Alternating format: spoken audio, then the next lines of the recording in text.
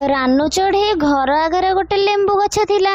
ରାନୁ ଚଢ଼େଇ ସେ ଲେମ୍ବୁ ଗଛର ବହୁତ ଯତ୍ନ ନେଉଥିଲା। କିଛି ଦିନ ପରେ ସେ ଗଛରେ ବହୁତ ସାରା ଲେମ୍ବୁ ଫଳିଲା ଆଉ ବହୁତ ମାତ୍ରାରେ ଭରା ଭରା ଲେମ୍ବୁ ଫଳିଲା।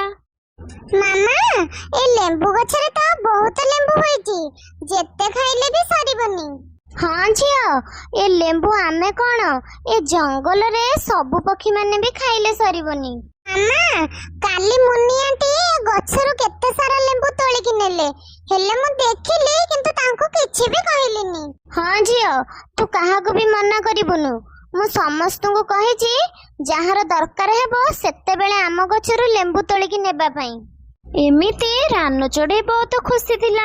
ସେ ସମସ୍ତଙ୍କୁ ଫ୍ରିରେ ଲେମ୍ବୁ ଦଉଛି ବୋଲି। ଗୋରି, ଆଜି ମୋର ଲେମ୍ବୁ ଆଚାର ଖାଇବାକୁ ଇଚ୍ଛା ହେଉଛି। ତୁ ଗଲୁ ସେ ରାନୁ ଗଛରୁ ଲେମ୍ବୁ ତୋଳିକି ଆଣିବୁ ଆଉ ମତେ ଆଚାର କରିକି ଦେବୁ। ରାନୁ ଲେମ୍ବୁ ଗଛ ପାଖକୁ ଗଲା ଓ ସେ ଲେମ୍ବୁ ତୋଳୁ ତୋଳୁ କଞ୍ଚା ଲେମ୍ବୁ ତୋଳିଦେଲା। ଆରେ, ମୁଁ ତ ବହୁତ ସାରା କଞ୍ଚା ଲେମ୍ବୁ ତୋଳିଦେଲି, ଯାଉଛି ମୁଁ ଆକୁ ଫୋପାଡ଼ି ଦେବି। ଏମିତି କହି ସେ ଲେମ୍ବୁକୁ ଗଛ ତଳକୁ ଫୋପାଡ଼ି ଦେଲା।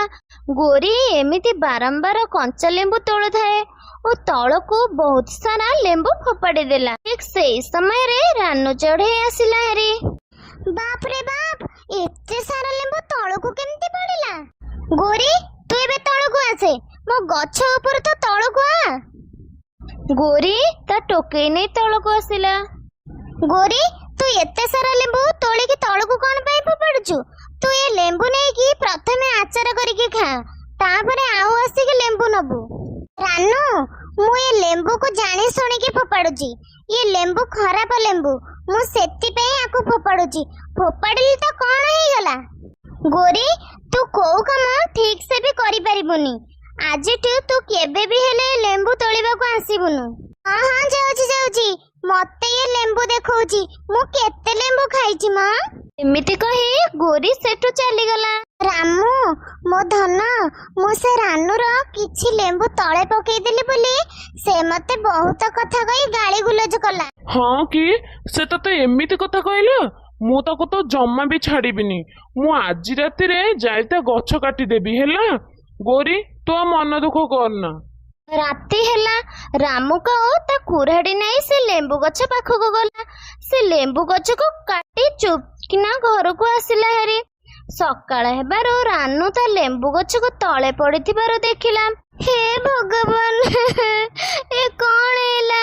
ମୋ ଲେମ୍ବୁ ଗଛକୁ କିଏ ହାଣିଦେଲା? ମୁଁ ଏବେ କଣ କରିବି?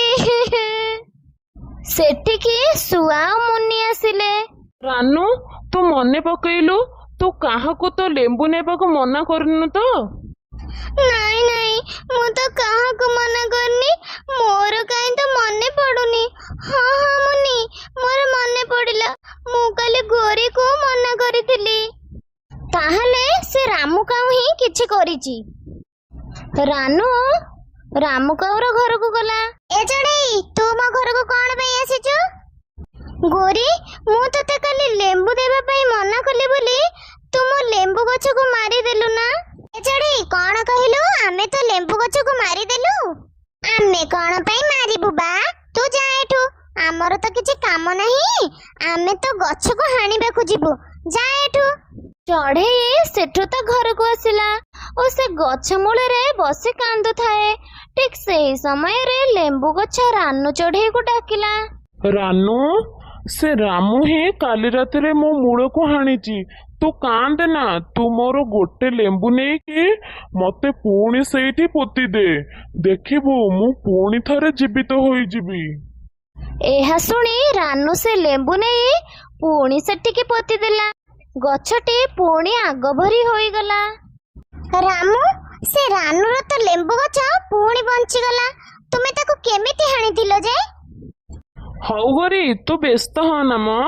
ମୁଁ ଆଜି ରାତିରେ ପୁଣି ଯିବି ଆଉ ସେ ଗଛକୁ ହାଣି ନଦୀରେ ଫୋପାଡ଼ି ଦେଇକି ଆସିବି।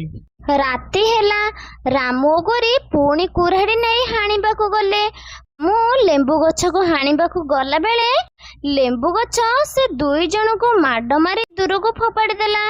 ଇଲୋ ମାଲୋ, ଓ, ରାମୁ ଦେଖିଲ ତ ସେ ଲେମ୍ବୁ ଗଛ କେମିତି ଆମକୁ ମାଡ ମାଇଲା।